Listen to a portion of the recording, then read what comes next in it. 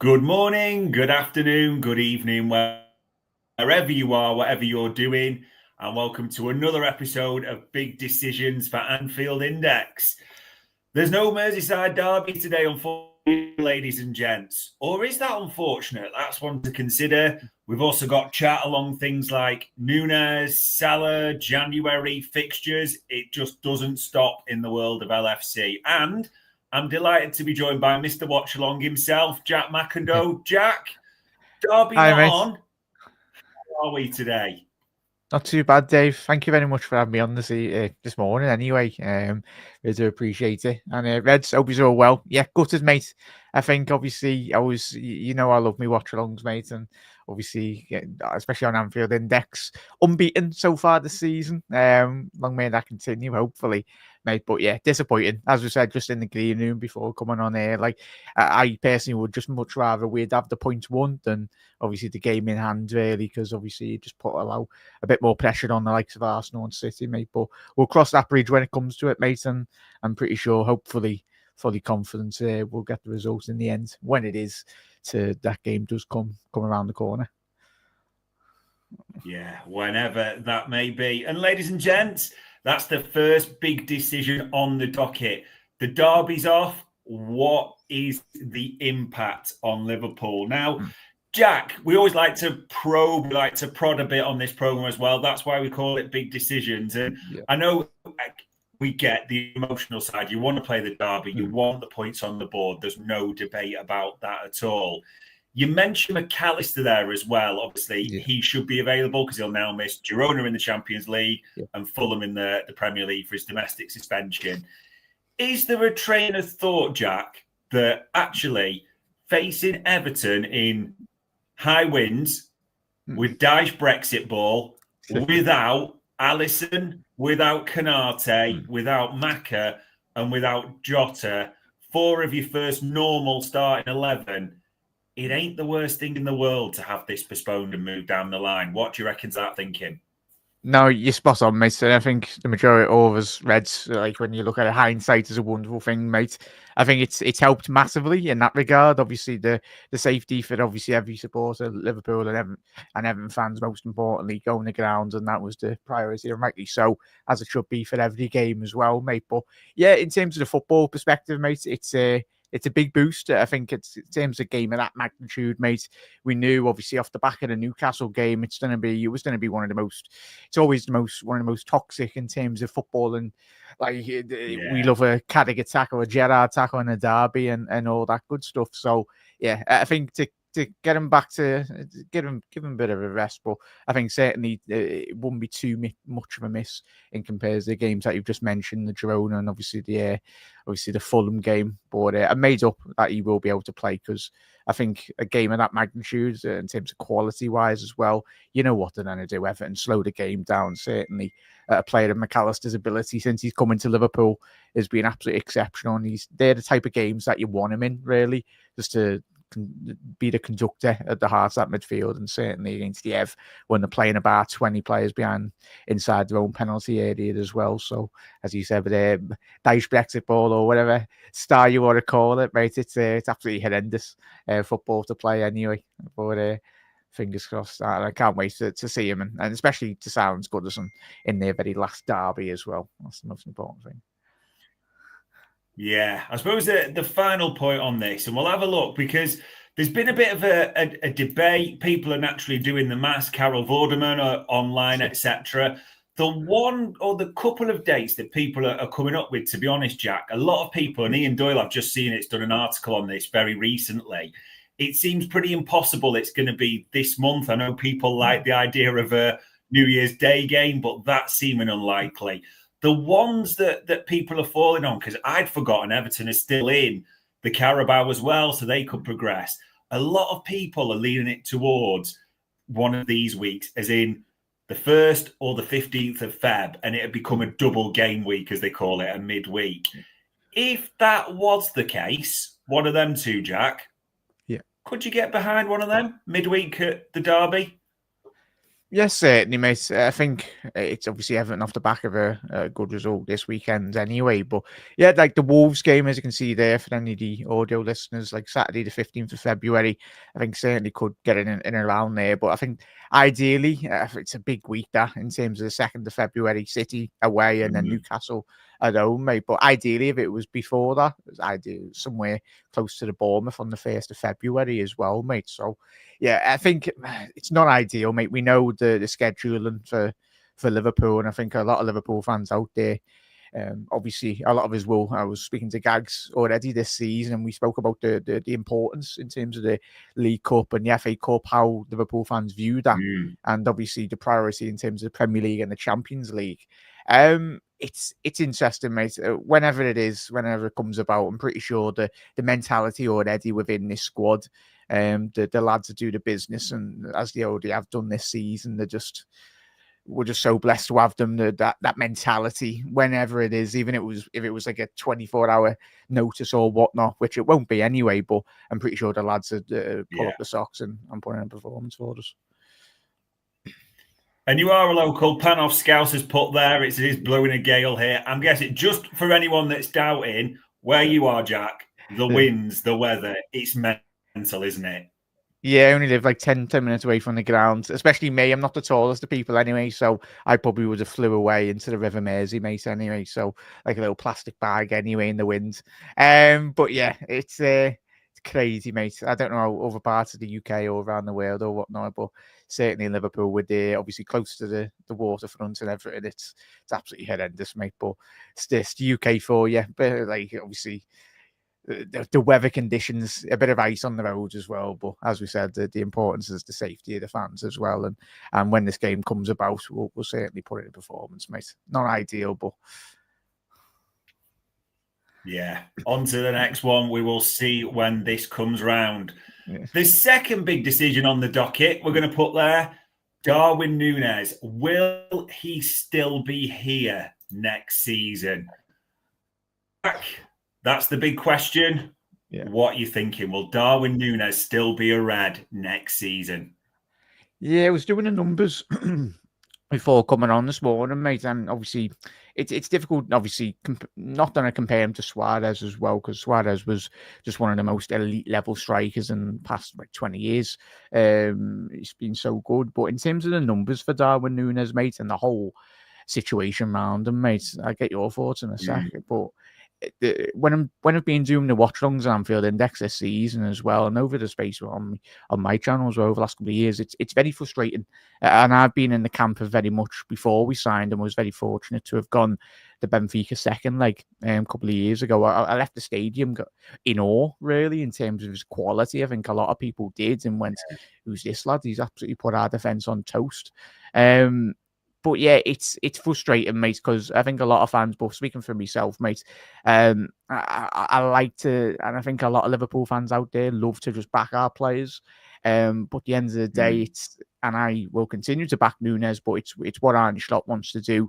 I mean, most importantly, his decision will be the main factor in terms of the next 12 months. I think the only person that will help himself at the minute, that the crowd backs him, every Liverpool fan backs him around the world. He frustrates us the hell out of us, really. But you need to start banging in the goals, mate. In terms of when you look at the statistics, in terms of the 24-25 season, as you've already said, coming into the show, mate, obviously 18 appearances, 3 goals, 1 assist in 967 minutes so far this season. The year prior to that, obviously a 23-24 season, 54 appearances, 18 goals, 13 assists for Liverpool. That was in 3,000 minutes and 3,026 minutes as well. And yeah, the year before that, the 22-23 season, his first season for Liverpool, 42 appearances, 15 goals, 4 assists. And we're very blessed, Dave, in terms of, as we know, and Liverpool fans, with legendary strikers at this football club. The penny needs to drop, and I've been saying this for every season, mate. How do you feel in terms of Darwin? It's frustrating, isn't it? I think, to be fair, every corner we think we've turned with Darwin, it kind of goes backwards. And like you said there, like just on the surface, the numbers, 967 minutes, 5 goal contributions. It isn't the best, especially when you think what he did last season. We shouldn't ignore what he did last season at the same time. There has actually been, you've got to be fair on this, Jack, good weeks when you look at the dates. I mean, you forget he did get the winner against Leipzig, and that dovetailed with probably his best week because he was brilliant when he came on in that Chelsea win, and he got the assist, didn't he, for Salah's equaliser against Arsenal away. So there's been good weeks. There have been good performances. That goal against Villa was a brilliant goal. There's no two ways about it. So you can't just say it's all one-way traffic. Here's the kicker, though. He misses 2 big chances against Aston Villa. I mean, the Bologna game, he was pretty abject. I think he ends up with talking stats like 33% passing conversion. I mean, that's... And the other Newcastle, it just felt like we're going backwards again. I mean, the miss, the general lack of link-up play. So that goes on the docket against him. And the other thing, and I did want to ask you about this, obviously, he was playing a certain style under Jurgen Klopp in the previous regime. Now Arne Slot's come in, and it does. We've got to be fair. We've got to be balanced on this. It's looking like he wants a completely different type of striker. Or if he doesn't, he's getting Nunez to operate in a very different way. And there's just that question mark as to whether he sort of adapts or goes in there. It is big decisions, though. We do have to make a call because we're 2.5 years into Darwin's tenure at Liverpool. Are you going to see, do you think, a change, a turn the page, whatever you want to call it, or are you thinking it's a parting of the ways come summer? I think it's a big season for him, mate. If I'm looking at it, if I'm Arne Slot, if it doesn't start banging in goals this season, I do think he might be moved on.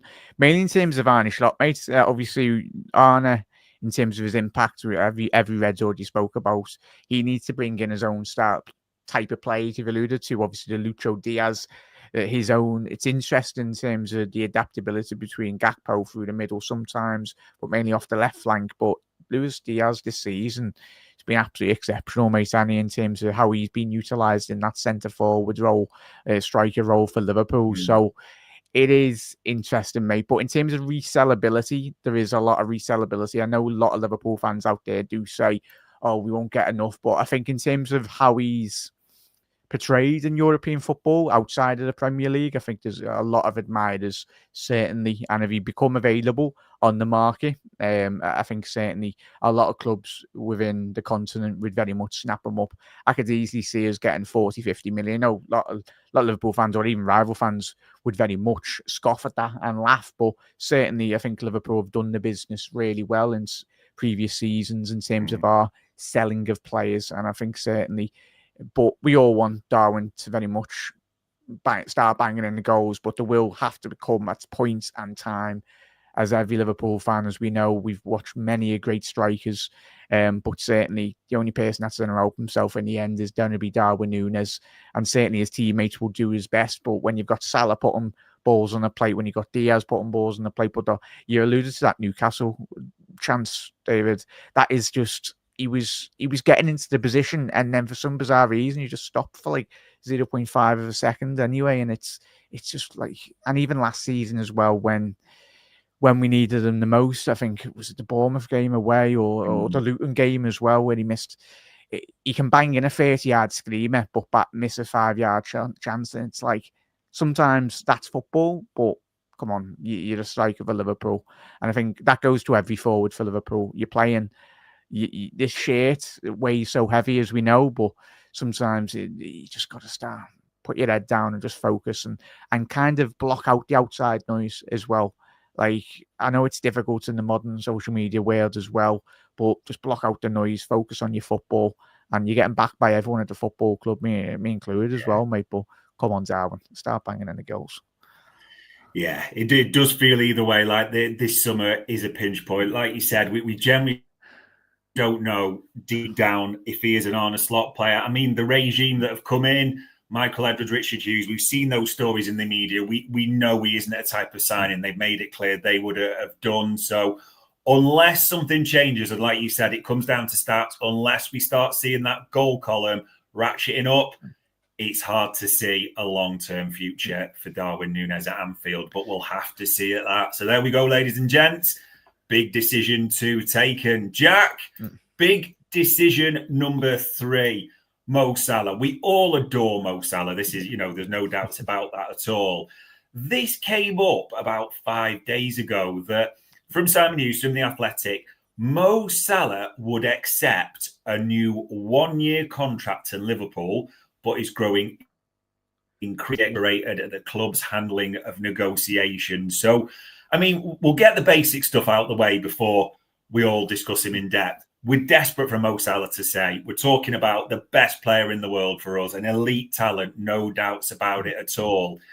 This is dragging on. It ain't long until January and that pre-contract can be signed with overseas club. Jack, Mo Salah a year, get it done, yes or no? 100%, mate. I know you've done numerous shows this week as well. Well, last couple of weeks, mate, as well, haven't you? Debating it, and I think it's frustrating. It's absolutely frustrating because every Liverpool fan in world football, the way I analyse this, mate, and I think a lot of Liverpool fans similar to you, I don't know, you let me know in a sec, mate, is you look in the market in terms of European level, it's cheaper to sign him to a new 2-year deal than it is to very much go out, scour Europe and very much look to recruit 2-3 players. Obviously, wages-wise might be a bit cheaper, but I think the numbers he's doing, mate, he's a phenomenon, really, in terms of what he does, not just on the pitch, but off the pitch as well, in terms of the great work he does. Is it a cost-cutting exercise again by the club? I know it's a lot of money, but I just analyse this as, great. If he was to leave, then who are you going to be bringing in? Because we know the transfer policy in recent seasons. Yes, if there's a player there, there's certainly funds at the football club, but you're looking in north of 80 million plus in terms of trying to replace him, or go out there and replace him with 3 players. But it's not really feasible, really, mate. But yeah, we all want him to stay. Salah wants to stay, but it just depends the internal decision making at the football club, their rational thinking in terms of how they're analysing it. But I don't foresee a drop off in the future, mate, in terms of, even if he was to drop off 15, 20 yards of his pace, David, I don't, like, you could still look at his creativity numbers in terms of, as you'll go through in a second, his numbers are getting better from a playmaker perspective, certainly, and for me, he's just got so much to give to this football club, mate. It baffles me, but some decisions at the football club over the last couple of years in terms of transfer decision making, in terms of not replacing Fabinho, not replacing the legs in terms of Endo at that time, the centre back issues, the Kabak Davis transfer window merry-go-round that year as well. So yeah, you'd like to hope a lot of things have changed, but certainly to lose potentially, if the 3 lads don't leave, it's an absolute crazy moment at the football club at the minute, mate. Yeah, I agree with that. I think this, when we talk about players, and you're right, it is right to think about it in terms of FSG, Hughes, Edwards, the decision makers, because I keep hearing that at the moment. They're not making decisions on history. They're making decisions on what will be done. And I kind of get that to a point. That's why you have those types of people in charge. Exactly like you said, his numbers, Jack, are insane at the moment. Look at that. 21 games in all competitions, 27 goal contributions, 15 goals, 12 assists across 1,703 minutes. That is just unreal. Even just the Premier League, 13 goals and 8 assists. And if anyone's not clocked it, he is ahead of Haaland, who we kind of talk about as a cyborg, a machine. Like, to think about what we're talking about here. We're talking about, for me, the best player in the world right now. So even as Jack says, if there is, you believe there will be a 15-20% drop-off maybe over the next couple of years. Maybe that's what the decision makers would believe. Think about the numbers that would still mean. It would still be our top goal scorer, our top assist contribution by far. It just makes zero sense to even talk about Mo Salah leaving Liverpool. I think, as you said, eventually it will need to happen one day. Eventually, it's a successor, no doubts about it. But in the short term, this to me just feels like, and this report came out, the year, that is the in case of emergency. If you can't do the deal for 2-3 years, and I get some people have said, oh, you don't want to do this and keep kicking the can down the road. Who gives a damn? If you could only get Mo Salah for an extra year, if that's the most we can get, you do it. It's that simple, and you roll him next year. The only thing I want to put to you, Jack, because we're pretty much both on the same page on this.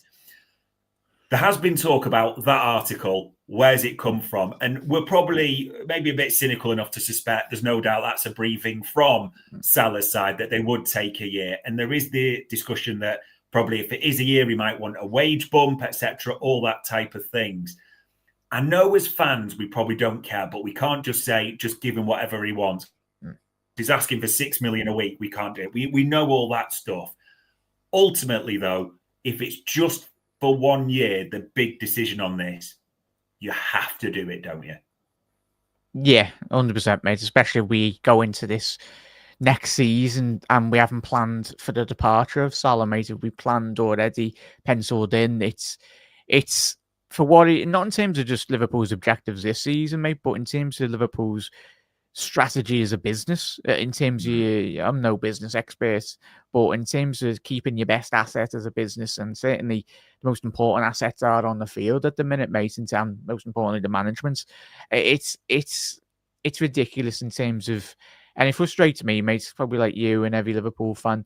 I'm no expert in terms of finances, but just analysing it in terms of, I do get you don't want to go into the realms of give him whatever he wants, because that's not how business works in just in any work of life anyway. But the situation in any business, sometimes you do make exceptions for high caliber and people that do bring a lot to your business or whatnot.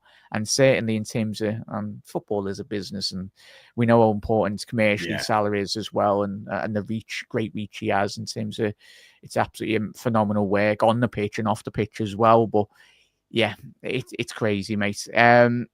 He's the modern day. I don't know how you feel, mate, but a lot of Liverpool fans. I wasn't blessed to have grew up in the era of Kenny Dalglish and obviously Ian Rush and the Keegans as well. But you do look at this, and we all remember that Gerrard interview done a couple of years back, and just saying he's Salah's his favourite player, his son, as Gerrard's son, saying he prefers you after me as well, and he's made a lasting impact, mate. I'd love an ideal world for Salah just to retire at Liverpool, mate. I know Bobby didn't retire. I know Sadio didn't retire, but Salah, he's tireless. He deserves to leave on his own terms, really, or retire or wherever he wants to do. But for all the noise he's made, mate, in terms of interviews and in the press rooms as well, and it's. Yeah, he's put all the onus on the football club. And I tell you, if Salah, the end of this year, won the league, won the Champions League, and then he sailed off into the sunset to another club, I think a lot of 99.9% of Liverpool fans around the world would be absolutely furious at the football club. I don't understand that. I don't think the club actually understand how disgruntled every Liverpool fan would be, especially if he does continue this trajectory in terms of his goal scoring and his, obviously, but we'll have to wait and see, mate. Yeah, no doubts about it. And ladies and gents, the comments are coming in thick and fast here, so we'll go through a few of them. Tony there said, I hope it's more than a year, otherwise we go through all this again. So do we, Tony. We'd love 2-3 years, whatever it was. But as we said, that's our big decision. This is the ripcord emergency. If we have to do a year, we've got to get something on the board. Simple as that. Scallywag there says, I hope or thinks Mo extends for 2 years, and mentions Marmoush will come to the window shortly as well. Panos Scouse agrees with you. Yeah, it is absolutely criminal. As you mentioned, Jack, the cost there. So, yeah, pretty much United fan base. Let's hope we're not United in our age. Comes Salah departing. Fingers crossed. I feel sick even saying that. So we'll move on from that big decision, which takes us to our next one, Jack. A January boost. Now, this is a right kind of worms, isn't it? The January window. But we are top of the Premier League. We are top of the Champions League format, whatever you want to call it. Everything has been going way. Largely, touch wood, we've done okay with injuries. Despite what Arsenal fans believe, it's not been perfect. As we said earlier, we'd have missed 4 first-teamers against Everton. That being said, Jack, the big decision here is a January boost, a signing needed for Liverpool. Certainly, mate. I think hopefully, mate. Well, I think coming into this year, I don't know how you feel, mate, or a lot of Liverpool fans out there. Thinking for myself, I was banging on the drum saying, "Oh, we needed X, Y, and Z players in terms of some midfield reinforcements," and Arna's just come in and just absolutely dominated the league. And it's like, oh, sounds. Yeah. I think the remit for the most high elite level managers has come in, get the best out of your players. Fundamentally, I think the next couple of months will certainly going into the January window. Will certainly he's obviously he's working with the players day to day. Probably from an outside point of view, probably watch Liverpool, but in terms of learning so much about this squad, it was interesting. I think he was testing Quansah down that right hand side. It was a baptism of fire, really, in terms of putting him out there against Newcastle. He did struggle, but I think obviously Arna, like in any life, you just go out there and try and see what you can do down that right hand side as well. But for me, and I think, don't know how you feel, David, is in terms of the quality in McAllister and Gravenberch, if they were to get injured, then you're relying on the likes of Morton and Endo. And I don't think in terms of them coming in, making the impact. I know, obviously, we're going to get onto Tyler Morton in a little second as well, mate, but it's go out there and get two 30, 40 million pound players. It's not just for, and this just goes to pre-planning as well, though, David, in terms of, look at the contract situation that we just discussed. We need to be pre-planning 2-3 years ahead. That would be ideal. We know sometimes players' availability in the transfer market, but we're Liverpool Football Club. We know how to act in the transfer window. If we want a player, we should go and get them. And like with Zubimendi, last 12 months, if he didn't want to come to Liverpool, then sounds. And if he turns around in January and says he wants to come, then depends if Arne Slot has him. That obviously we tried to sign him, mate. But in terms of if he changes his mind, how would you feel if Zubimendi would change his mind, mate? I don't know. It's interesting. It's a weird one. And listen, the comments are flying in trying to keep up with this because Scallywag does reckon we approach Zubimendi, which will be interesting. January may be a view to signing him in summer, so we'll see if that gets locked up early. Tony reckon a signing would be great, but getting the 3 extended would be bigger there. There's a couple of things on that for me. A signing would be great, but the big 3 extended. I almost feel a little bit at times we've been conditioned in recent windows because it's that bad that you can't have one without the other. Like, by the way, other clubs can renew and sign players at the same time. It's not just Liverpool. Seem to have been almost, I want to say gaslighted, maybe that's the wrong phrase, but it does seem like the two have had to be separated. They can be exclusive that way. You know, we should just think about it in that sense. Scallywag, as you made a point about Zubimendi, the thing about Zubimendi is the unique position he has. He is the only player, Jack, we know for definite, the only player we know for definite that Arne Slot wanted. The rest is a lot of speculation, rumours, and we all like doing that. But he is the only player we know that Arne Slot wanted in his team. The thing that I have is really bugging me deep down, which, see if it's the same for you. There's no guarantee next season, which we might wait for Zubimendi till then, and I've seen that coming up. There is no guarantee come next season we will be in anything like the position we're in. There's no guarantee, as we talk this second, we will be 7 points clear in December in the Premier League. As that table is showing there is no guarantee that we're going to have a perfect record in the Champions League as well. They always talk about make sure you reinforce from a position of strength. That's how the best business is done. Is there that bit of you, Jack, thinking, well, if they're not going to do it now, are they going to do it? And if they don't do it, are we going to regret this come the end of the season? Potentially, mate. We know how important Champions League revenue is. Of course, as you said, mate, I think we can go into this when I think top 4 was the priority. I know Arne's comments, obviously, he's risen the expectation again in terms of the drop off, in terms of we all anticipated to come into this season. We thought it'd be a top 4 battle. But as you said there, mate, there will be bad results along the way this season. We are important that, as we know, most Liverpool fans, we're not going to panic. We know this is part of the learning curve, like it was with the Forest. We learned so much with that. The Newcastle game, frustrating as it was, the lads and the manager learned so much. Yeah, we need to, mate. I think in terms of going in, not just we can't just think as this season as well, though, Dave, in terms of going into next season and beyond. And certainly Yeah. that's what the transfer strategy lads will be thinking. So, yeah, it's a big task, and even possibly left back as well. I still think post an Andy Robbo era at Liverpool, whether Costas does go or what happens with there, I think there's still a lot of.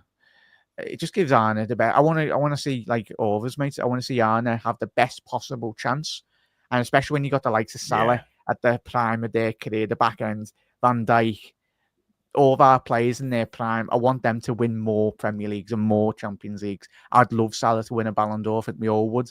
To certainly, we all know we love him to bits, but in terms of the European viewpoint, Salah's been. I can't believe Salah sometimes for every season is sometimes not even in discussion of one of the world's best players. He just doesn't get nominated, which is crazy considering the numbers and the output and how much he works for his football club as well. So. Yeah, it is crazy. And there's a few interesting comments come in that link back to what he said. As Scallyway says there, playing Maka and Grav every game is unrealistic and looks like Slot doesn't fancy Endo, which it is a talking point we really want to discuss to finish this sort of big decision element of January. Jack, last press conference, so literally yesterday afternoon, he was asked about midfield, his options, suspensions, and it was interesting because it wasn't even January, but he said quite clearly, he named them. He said, no, we've got good options there of Dom, Curtis, Maka and Gravenberg, because that's what the question related to. And we've even got Harvey Elliott, and he's coming back to fitness. Sometimes it's about what the manager doesn't say, because there's no mention of Endo there at all. There's no mention of Tyler Morton. And let's be honest, they've played minimal Carabao Cup, the odd few minutes for Endo at the end of a Premier League game at best. Do you think they would sanction departures for them two in January if they didn't get reinforcements in? I think so, mate. Was there a bid from a European club over the last 12 months for Endo? I think you mentioned it this week on one of your shows, mate. It's going to be. It's certainly, I think, gone are the days now. Arne Slot, we know how ruthless he was when he come into finals. I know Liverpool's on a complete different stratosphere, really, in terms of the level. But if he wants to bring in his players, Arne Slot would have been under the influence in terms of his first interview, his very first interview, and the reassurance as a manager was, am I going to get funds to very much imprint my philosophy into this squad as well and bring my type of players in. He was already coming into one of the strongest sides in European football, as we know. He's probably laughing his head off going, Jurgen's left me this squad, and certainly what he can do, certainly we're seeing already this year, mate. But yeah, he needs to stamp his authority on the squad in terms of bringing players in. How that will look and how that will transpire in the next 12 months, fingers crossed. But the football club can't be going into transfer windows. And Arne is very much wanting a midfielder. I think Endo and Morton will eventually leave, mate. I think Elliott needs game time. Potentially might loan him out in the next 12 months. If you can just guarantee him game time in the Premier League, I think a lot of clubs would snap him up. But you don't want to leave yourself short in the transfer windows in terms of the squad as well, mate. But yeah, it's who's out there though, mate. It's what type of six we want in terms of what profile as well. I think that Arne Slot football, we all know the type of maestro at the base of the six. Someone like a McAllister, someone like a Gravenberg as well. Yeah. So I don't think we'll go out and get an out destroyer. I think it's more or less a Zupimendi style player. But you can never have enough good players, even in the 70s and 80s. There was great legendary figures, and it's always good to have two great players in every position. Certainly, we're very blessed that we have had that in certain elements over the last couple of years in the Jurgen Klopp period, and certainly going into this season. But I think you can never have enough good football players in your squad, mate. And if we can do that, then just gives every opportunity for Liverpool to win trophies, and that's the main thing, mate. Yeah, it will be interesting. And a few comments came in. Scallywag was asking there, could we bring Bajcetic back in January? It was something we discussed in the transfers show that we'd asked around. There's nothing that suggests there's any recall clause without some financial arrangement, I think it's fair to say. Brett there saying Bajcetic won't cut, he won't win the league. Zubimendi would. in that regards because Badge Settage is too young. Yeah, I think me and Jack are pretty unanimous in that. It just feels like we should not miss this opportunity. And the big teams, if you're a big team, if you're an elite team, you do your business from that position of strength. So genuinely, are we confident? Probably not too much you got from us there, but we're hopeful. That's all we can say on that one. And the final one, Jack, the final big decision we'll put on the docket today, this postponement. Now, if we think about the postponement of Everton, we looked at it before this happened and thought, Christ, that's a hell of a week. City, Newcastle away, the Derby in the early game. That's a hell of a week. But now that's off the docket. And before it was off the docket, we were thinking, right, well, we've got Girona, so we'll probably rotate a lot there. And we won't be surprised if maybe the likes of Morton, Endo did enjoy game time because you can't just flog the same players to death again and again and again. With that change, Jack, with Everton no longer on the fixture list, do you think it changes any of the plans for this week at all? The Girona one's going to be interesting, mate. I know the majority of heads out there, me included, going into these European games, you're like, sure, you might see a bit of rotation. And it's like, nah, we're going to this full blast. And we know how important the transfer revenue is. If there's potential transfer revenue and contract money as well. Yeah, you earn like a couple of million anyway every Champions League win. So if it needs be, Salah's playing for the contract, Van Dijk and that going into the Girona, it's extra money, it's extra revenue, and certainly it will go a long way in terms of those transfer negotiations. I'd love a season where we went unbeaten in Europe, but as we said already in tonight's show, it's very, very unrealistic. But certainly that should be the objective, really, in terms of just building that consistency. I think the most important thing for Liverpool, especially going into this season, off the back of a poor result, that's how good we are playing in terms of recent weeks. It was a poor result, but get back on our horse and go again, and certainly put in a performance against Girona, who this season haven't fared too well. A lot of their transfers, the key players have gone to, obviously, the Ukrainian lads gone to Roma, their main striker last year, and a lot of rotation. So very heavily depleted, but certainly, as we know, when any team comes up against Liverpool, we are their European Cup final, and they will raise their game, especially looking into their qualification for the latter stages of the Europe. They want to be getting a result, but certainly Liverpool, if we put in our 2 pence, we can certainly put in our performance. And, Yeah, I'd be hopeful with that as well. And it's interesting because if you do win that Girona game, and my gut is telling me this is going to see changes, that you might have seen more rotation, a few rested. I think he might be thinking now, right, Everton, not a bad postponement. Actually, if you can get this one done and you beat Girona, that's 18 from 18 in the Champions League. Ridiculous. That's guaranteed. It's insane even saying that, but that's guaranteed top 8, and that's weird even saying that, isn't it? But that means you are not playing the 2-leg qualification tie with the rest. So I think you maybe see people taken off around the hour, but I think you're going to see a strong side, and then the players are fresher going into that. What I'm thinking, Jack, and this is probably the final one we'll put on the docket because the comments are flying in thick and fast. This one, Southampton Carabao. For me, even with the Everton cancellation, I'm seeing Endo. I'm seeing Morton. I'm seeing if Carroll from the canteen needs to play at 10, that's what I'm doing for like the general context of the season. Are you... every game is a pot, it's a trophy, or the big pots just mean more for the club? Yeah, I was on with Gags' show post match live as well this last couple of weeks, and I think we agreed in consensus with him, mate, is I want us to prioritise the Premier League and the Champions League. I think it's great. I think pre-Jurgen Klopp era, we were very blessed. We didn't go to many European Cup final.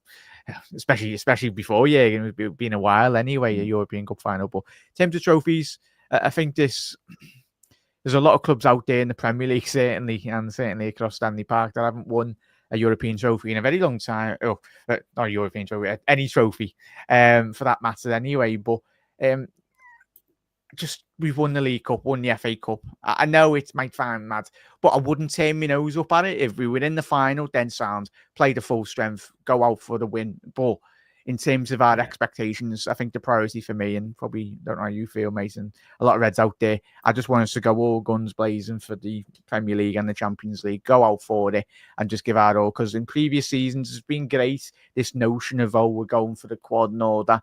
But let's be realistic. Like, that's why no one's ever done it, because it just absolutely decimates the fitness levels. It destroys the following season after then in terms of rotation. And we know, we've already mentioned in today's show, Liverpool's midfield and certain areas of the squad are very threadbare, and a lot of injuries did occur if we went crazy. But at the end of the day, I'm not going to turn my nose up at a final in the League Cup or the FA Cup. But if it meant Liverpool winning the league and the Champions League at the back end of May, and we had to sacrifice the other two cups, I think we'd all bite your hand off, really, for Liverpool's success. No two ways about it. I think it almost goes back to what you said earlier in the show. At the start of this season, we didn't expect the position. I think anyone who's saying different, it's just lies and revisionism completely. We probably thought with that possible transition, I hate that word, but it's the one that's going to come up, we might be looking at top four and seeing where we are. So when that started, I was thinking maybe a trophy like a Carabao isn't bad for Arne Slot in that regard. And I know, listen, we're always Liverpool. We should be competing for the big prizes, but realism comes into it. This is dreamland now. This really is dreamland to be 7 points clear, a perfect record in the Champions League. Let's not undersell it. And I agree with a lot of people and what they're saying there in the chat. Because for me, you look at where you are, you do prioritise the league, you do prioritise the Champions League. So if I'm looking at those fixtures, I am now saying Girona's pretty strong. Maybe be careful with players because Fulham becomes the priority there. Southampton, listen, I've been to Wembley for the last two Carabao Cups. They're unbelievable days. They're great events. They're some of my favourite memories as a Liverpool fan. But would I sacrifice them at a shot for the biggest pots? I think that's an easy, big decision to make for me. It really is. Which we should never turn our nose up. We are Liverpool. We do exist to win trophies. But sometimes it's about the big thing. Yeah. So there we are, ladies and gents. We are pretty much at the end of our big decisions. We talked Nunez. We're not seeing long term. We talk Salah, we'll take any term, the longer the better. We talked about January. We are desperate for a boost, as I'm sure are you by the comments. And we talked the fixture list. Maybe a few things change with that Everton cancellation. So all it leaves me to say, as we reach the end of big decisions, we've made our calls. Jack, for the time, for the insight, and for sticking your neck on the line, it is much appreciated, pal. See you later, mate. Thank you very much. Everyone have a good day. Same to everyone else. And ladies and gents, that was another Big Decisions for Anfield Index.